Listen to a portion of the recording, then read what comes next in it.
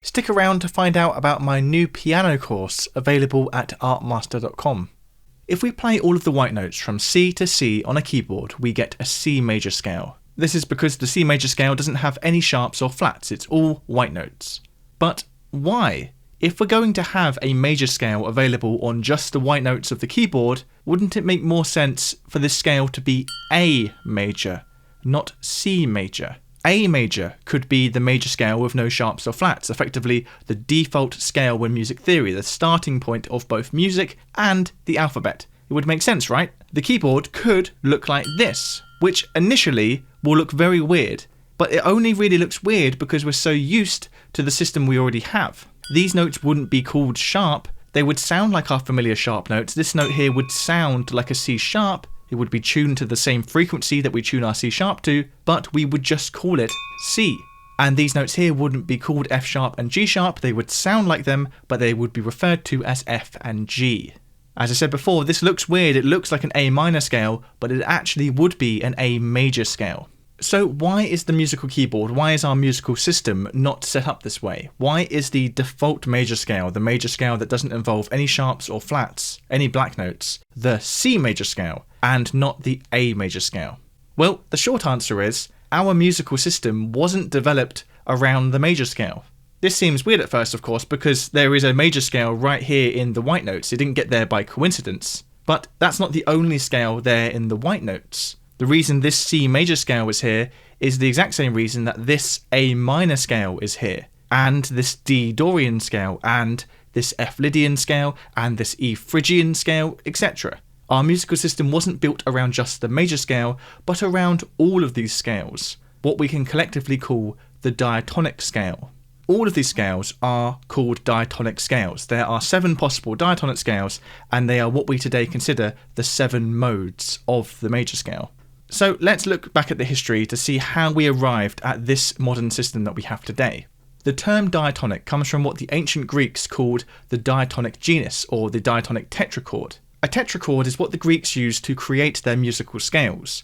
A tetrachord is 4 tones where the outer 2 are fixed. They are fixed a perfect 4th apart, and then the inner 2 tones can be moved around. The Greeks had 3 main types of tetrachord, but the one that we're interested in is the diatonic tetrachord, the one that they considered the most natural. The diatonic tetrachord is arranged like this, giving us the intervals of a tone, and then a semitone. Now, quick side note, the ancient Greeks actually conceptualized their musical scales as descending, not ascending. But to keep things simple for our modern eyes, let's look at it like this, as ascending.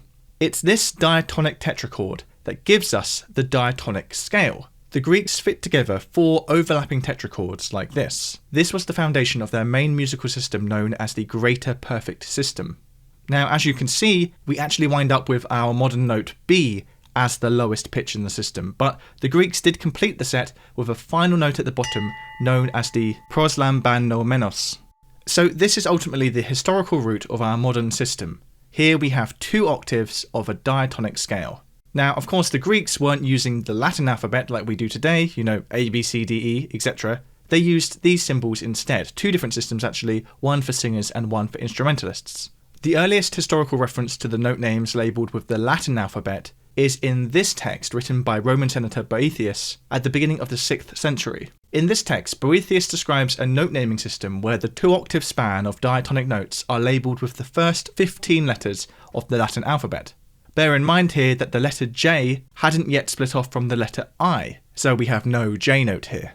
So we can already see here, even though we're not at our modern system yet, that the musical system did do the logical thing and start at the beginning of the alphabet.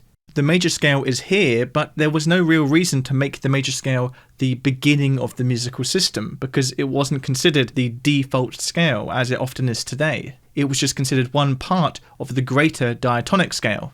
So I hope you're now beginning to see why there's no real reason that the white note major scale should be anything other than the C major scale. But let's continue through to see how we get from this system in the 6th century through to the modern day. At some point later, the system expanded to covering 3 octaves worth of notes rather than just 2, but now just the letters A through G were being used to reflect what's called octave equivalence. In other words, the fact that we perceive notes that are an octave apart as higher or lower versions of the same pitch. As you can see as well, for each of these 3 octaves, the notes are spelt differently, either with uppercase, lowercase, or double lowercase to indicate which octave we're in. Now, in fact, at this time, they did sometimes have a note that was lower than this A. They had the G below this A. But because the uppercase, lowercase, and double lowercase G's had already been used for different notes, they used the symbol gamma, the Greek symbol for G. Eventually, over time, this uppercase-lowercase distinction was abandoned, and we wound up with the familiar repeating pattern of A through G in uppercase. So we're getting close to our modern system here, but as you can see, we currently only have white notes. So where are the black notes? Where are the sharp and flat notes? Well, put simply, historically, the black notes, sharps and flats, were considered more like variations on the main notes, the white notes. Sharp and flat notes would be swapped in as alternative versions of the main notes when musical context dictated so, but they weren't considered fully fledged notes in their own right, hence why they don't get alphabetical note names and are instead named after whichever note they're replacing. For example, E flat is an alternative to the note E. So when did black notes arrive in the system? Well, I explain it in more detail in this video, but put simply, over time as music began to feature greater use of harmony, of key changes and chromaticism, the black notes, the sharps or flats, went from just simple alternative versions of the main notes to being fully fledged notes in their own right. And that leads us to the modern 12-note system that we have today. So going back to our initial question, the reason that the white note major scale here is C major, not A major, is because the major scale was never meant to be the focus of the system. It's just one version of the diatonic scale, the true origin, the true basis of the system. I'm here at ArtMaster.com, where I've just finished my latest course, Piano for Intermediates. Some of you might remember that last year I put a course together teaching piano for absolute beginners, and we go through loads of classic songs like Imagine, Let It Be, but also looking at skills we're picking up along the way, things like chords, scales. So if you're somebody who's always wanted to get into playing the piano, then it's a great introduction that gets you playing music quickly and without even having to learn notation. Or if you're already got the basics of piano down, then my new course, Piano for Intermediates, might be perfect for you. We're once again learning classic songs like Starlight by Muse or When You Wish Upon a Star from Disney's Pinocchio, but learning techniques along the way like arpeggios, block chords, Alberti bass, arrangement skills, things that give you a holistic knowledge as a piano player. So if that sounds interesting to you, then check out the links down below for artmaster.com, and if you use the promo code in the description, you'll get a unique discount. So our ABCDEFG note naming system leads to C being the default major scale, not A. That's just the way that we've wound up through history.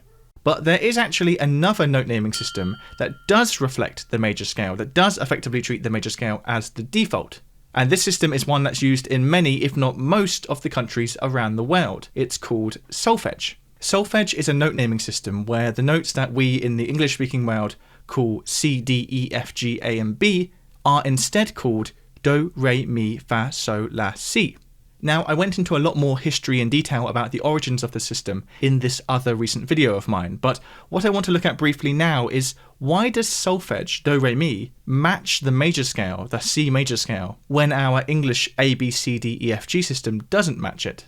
Well, solfege was first developed about 1,000 years ago by Benedictine monk Guido of Arezzo as a form of what's called solemnization, basically a system to help teach melodies to singers. Guido of Arezzo's system was based around what he called hexachords. A hexachord was a set of 6 notes with each assigned a syllable. Ut, re, mi, fa, sol, la. But these syllables weren't the names of the notes, not at this point. They were more treated like scale degrees. Guido of Arezzo's system featured 3 hexachords, and we can see here how they map on to the alphabetical music note system, the system that was being used at the time. So this was the system that Guido of Arezzo developed about 1,000 years ago to help singers deal with note names. So let me now quickly tell you how it went and became the main note naming system in all of these countries in red. Basically, over time, the natural hexachord, this middle one, wound up being treated as a standalone system. Ut, re, mi, fa, sol, la effectively became the names of these notes instead of C, D, E, F, G, A.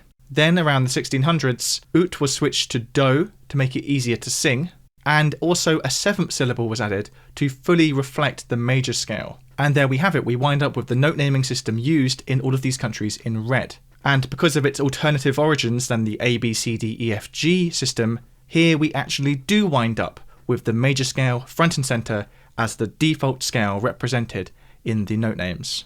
As I mentioned before, I went into a lot more detail about solfege in this previous video of mine, so do check that one out if you want to learn more.